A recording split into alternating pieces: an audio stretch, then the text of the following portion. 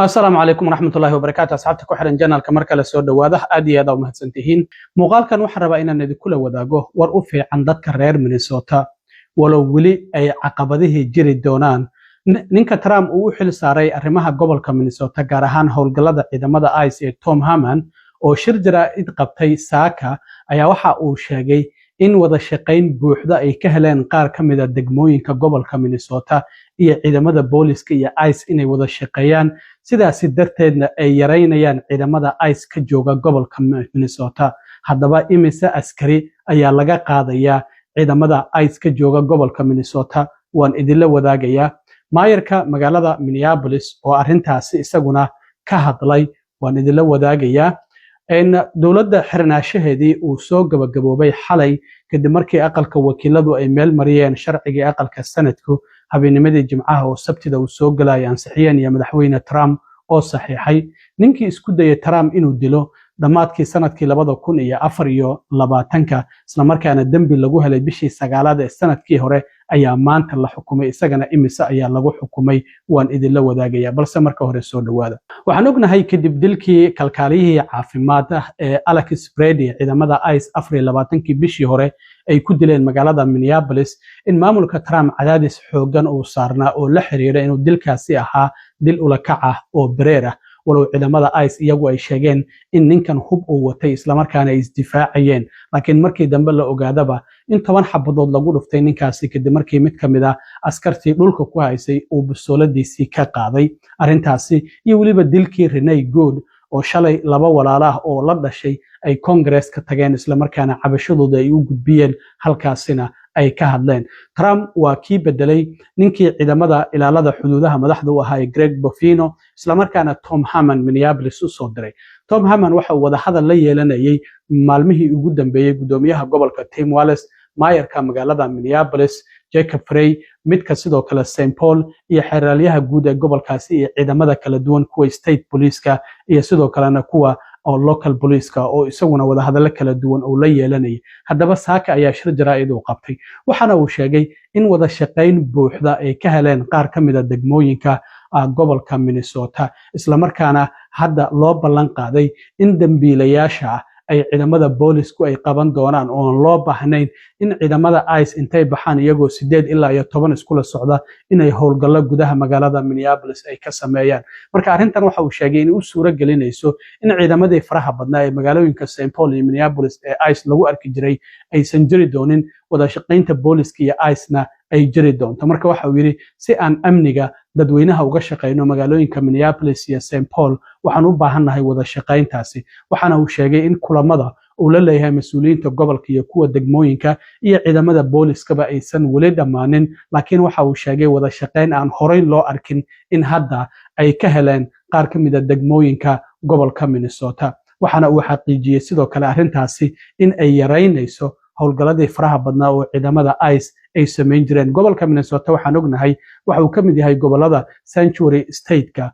kuwaasi oo ciidamada booliska aysan la shaqeynin saraakiisha federaalka ee sharciyada immigration-ka dhaqan gelinaya laakiin hadda cadaadis fara badan waxa muuqanaysa in gobolka Minnesota uu ogolaaday in qayb ahaan ay kala shaqeeyaan dawladda federaalka iyo ciidamada ICE-ba sidii dadka dambiilayaasha markii boolisku ay qabtaan ICE loogu wareejin lahaa waxa sidoo kale uu sheegay in gobolka uga mahad celinayo dadka sharci la'aanta oo aan muwaadiniin Mareykan oo dambiilayaasha inta marka ay xabsigooda dhameysanayaan in loo soo sheego oo kadibna ciidamada ICE ay u yimaadaan isla markaana halkaasi ay ka qaataan wuxuu yiri wada shaqayntaasi horey ay u jirtay waan uga mahad celinaynaa mana doonina yiri xabsiyadu qof xabsigiisii uu dhamaaday inay xabsiga ku sii hayaan laakiin waa inay nagu soo wargeliyaan ka hor marka uu dhamaan rabo xabsigiisa si aan u tagno marka uu dhamaado xabsigiisa oo uga soo wadano xabsiyada uu ku jira ee gobolka Minnesota bal isagoo arrimahaasi ka hadlayay Tom Haman waxa uu yiri kala Tom Haman waxa uu sheegay maadaama wada shaqayntaasi ay timid oo markii hore aysan jirin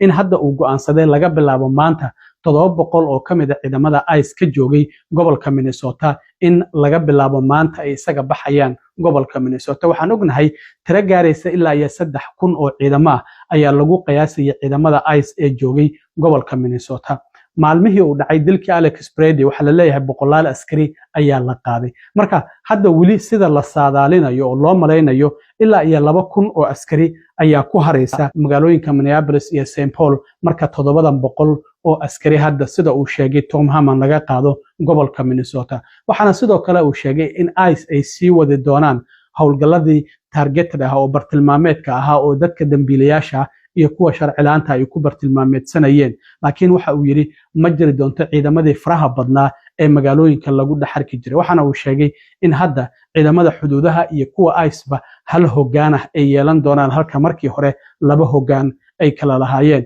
waxaana uu sheegay weli ma aanan hilmaamin oo sharciyadeennii kale ee immigrationka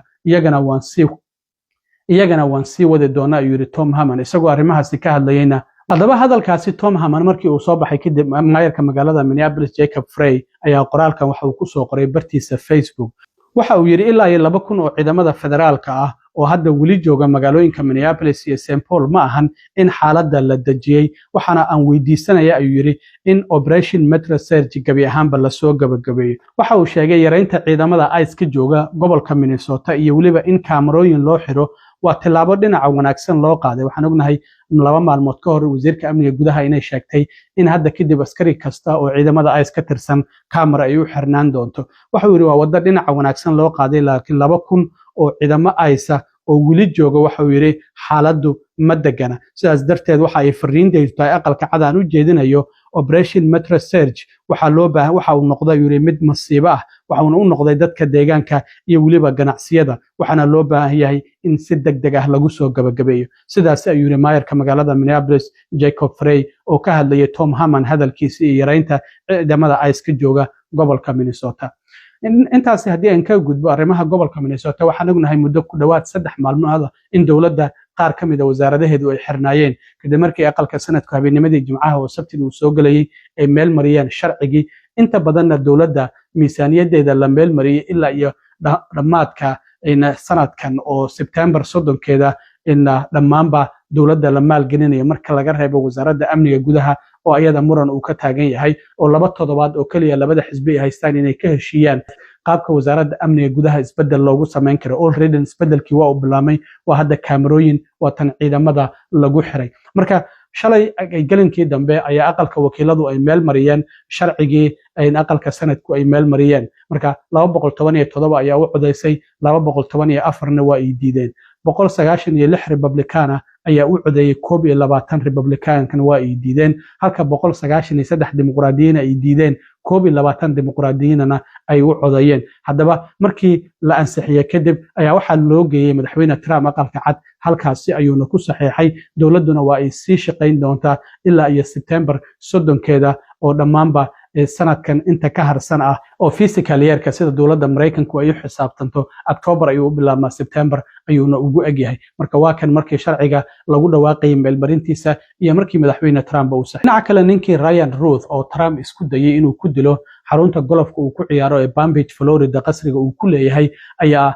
maanta la xukumay ninkan waxaan ognahay bishii September 23keedii in lagu helay isku day dil marka xukunkiisu maanta waxa uu noqday xabsi daa'in iyo waliba askari federaal ah oo isaguna weerar u geystay oo 18 bilood loo raaciyay marka arrintan Trump waa uu soo dhaweeyay waxaana ninkan hadda uu noqon doona xabsigiisu xabsi daa'in iyadoo lagu xukumay kadib markii lagu helay isku day dil isagoo qori wata muddana doonayay ba halkaas ku dhuumanayay oo doonayay Trump oo halkaas golf ku ciyaarayay xilligii ololaha doorashada uu ku jiray bishii September 15keedii sanadkii 2024 ayaa ninkaasi uu isku dayay inuu Trump dilo bishii September hadda sanadkii hore ayaana dambigiisa lagu helay maantana xabsi daa'in ayaa lagu xukumay